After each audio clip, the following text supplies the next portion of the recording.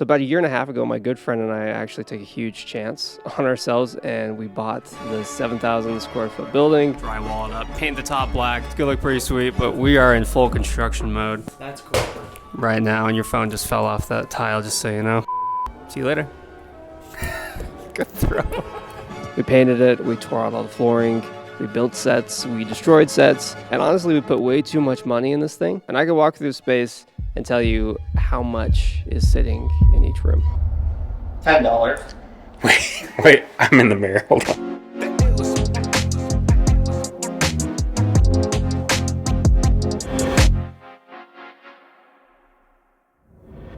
Thank you, Riverside, for sponsoring this video. Look at that front row. Oh, there was studio.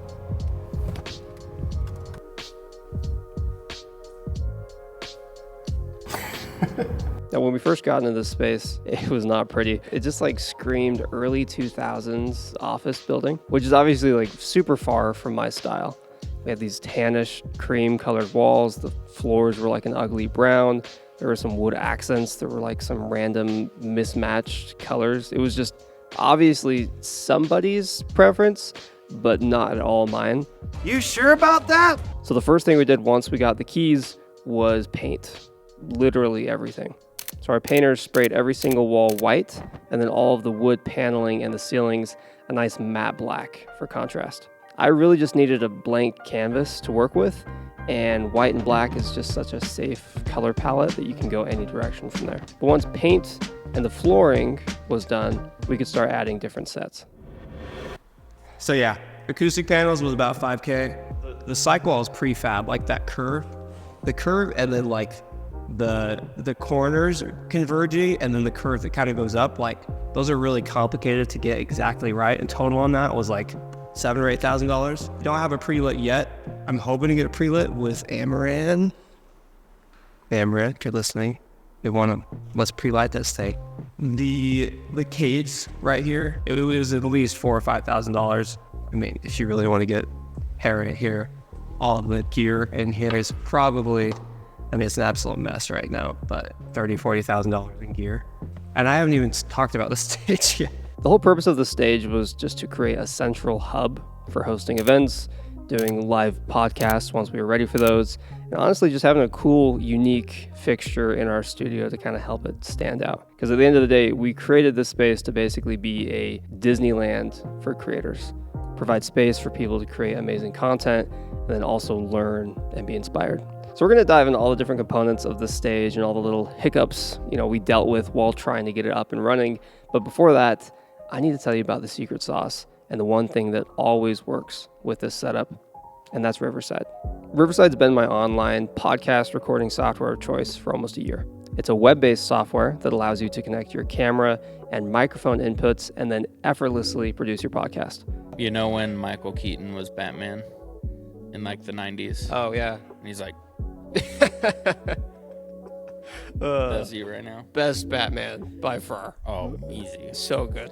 Do you want to see the Flash later? You want to flash me later? I can't. I forgot. So Bryson and I are obviously sitting down together in this set, but Riverside works especially well for remote podcasting. So you can bring in a guest from the other side of the world and keep their audio and video quality crisp, as if they're in the room with you. If I open up Riverside, I can jump into my different studios, like the BTW show, for example. There's a few past podcast episodes that I haven't released yet. We got one with Parker Walbeck, who came and recorded with me in one of our podcast rooms here, and then a couple of remote episodes with Short Stash, Sam Newton. Oh, and there's me holding a banana. I'm going to click on the one we just recorded, though, and then hit the Edit and Create Clips button. So something newer that Riverside has introduced is this AI transcription, and it is scary accurate. It'll recognize names, titles, like pop culture references. It's crazy. And really the best part about it is that you can quickly search for anything in the episode. Like if I want to quickly find and clip a part where I talk about the conditions of the creators that I've interviewed on my podcast, I can just search conditions and it'll pull that up. I can hit play. Worse conditions than I started in. So why couldn't I, achieve something great like he has? I'll go ahead and trim that portion. And And I know what I'm cutting out because it actually shows me in the transcript. Then I can hit export and it'll email me that clip. So if you're ready to start your podcast or take your existing podcast to the next level, don't do it without Riverside. And if you use code LANDON15, you'll get 15% off any Riverside membership plan. Just hit the link in the description or go to riverside.fm to get started. Looking at this stage, it probably seems like it was just this super straightforward process of getting it all put together, but there were so many hiccups. Okay, here. Story time with the stage. I did a ton of research on which stage we should get here. We knew we wanted a stage, and like the cheapest option I could find was like $10,000 or $15,000 for like a portable stage that like unfolds. It has like platforms, but I'm like, this isn't going anywhere. I don't need a portable stage. I just need like a permanent stage. And so I reached out to some people to come and like build this stage. Like, I don't know why I agreed to this, but it was going to be like $5,000 a day for them to be building this stage. And I felt like they were just dragging their feet like the whole time. The first day they got like a ton of stuff done, and then like day 2 and 3, it was like there was no rush whatsoever, because they knew that once this job was finished, they weren't going to get paid anymore. And so from day 2 and 3, I'm like, okay, are we almost there yet? Because literally every day that you're working on this, it's $5,000 out of my bank account. I think the account took advantage of my generosity on this one. It did not need to be this expensive. It could have been probably half that, if not less. So when they shipped the LED wall to us, came in like this freight truck, like it was just on a big pallet. No instructions really on how to do it. A link to a website on how to like put together a completely different model of LED screen. I'm like, okay, well, this is not helpful. They send all these components. I'm pretty tech savvy, and like we kind of figured it out and we put it all together. But then for some reason, I couldn't get the LED wall to communicate with this, which is essentially like just an interface to basically communicate with the LED wall and then communicate with the computer. And so that's literally all it's used for. But for whatever reason, like those weren't communicating how they should.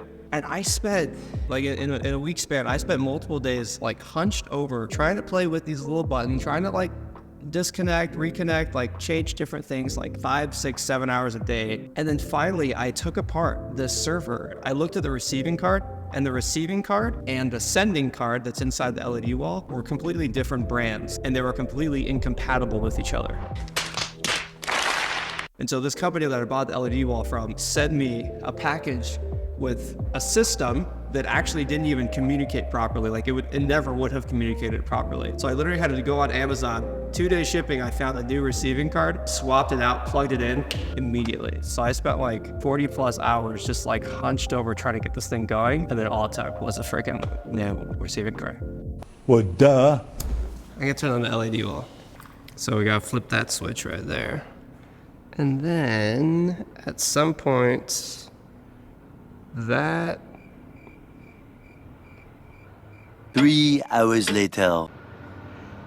And there it is. And then I got to turn on the Rodecaster. Turn up our mic. Check, check, check. Hey, yo. Can you hear me? Is it coming through that? Yo, check, check. It's really not. Check, check, check, check. Are you sure? Are you sure? There it is. Hey guys, like thank you all. So, like the LED wall is kind of overkill for a podcast. Like you don't need an LED wall for a podcast. What is kind of sick is you could be doing your show and then you're like, yo, pull up this clip, and it's like some TikTok, and then while you're still doing the show, you could have somebody pulling up. Oh my gosh. So they go like, you can have them pull up that TikTok mashup. Oh wait, this is not even TikToks. It's a freaking music thing. Like that's what's so nice about the LED wall. It's like, it's the most extra thing ever. But for a podcast like this, like that'd be so nice. That's probably the biggest draw of the LED wall. It's great for like workshops and stuff, because for workshops, you're generally like presenting something with like a PowerPoint or whatever, and that's when I've used it mostly.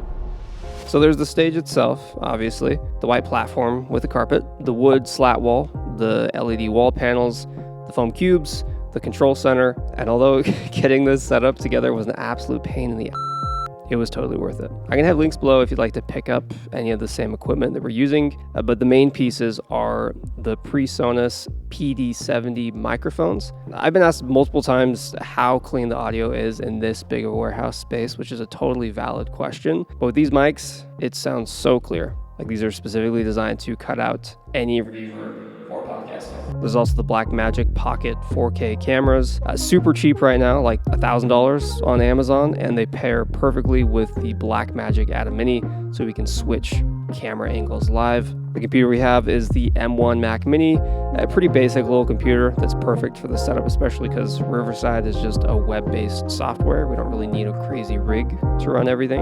And then the LED wall is from a company called Worship Productions. It's a 3.91 millimeter wall, about 11.5 feet wide and 6.5 feet tall. And again, I had to do a bit of extra work to actually get it up and running, but now that it's set up, I love it. It's one of my favorite pieces inside of Studio. And anything else I didn't just mention, but you see in the space, I'll add to the description below. Now, I've been putting a lot of thought lately into everything we've done in the last year or two. I'm just so proud of what we created. I want everyone to come and enjoy this space. So if you're local to Utah, come say hi. If you're not local, wait till we have another event and then come check out the space for yourself. Thanks so much for watching. If you like this type of content, go ahead, hit subscribe. And if we're not yet there in our relationship, you don't want to subscribe yet, hit the like button, give me a comment. I mean, subscribing is free, liking is free, commenting is free. It always will be. And again, thank you for watching this video. I'll see you guys in the next one. Peace.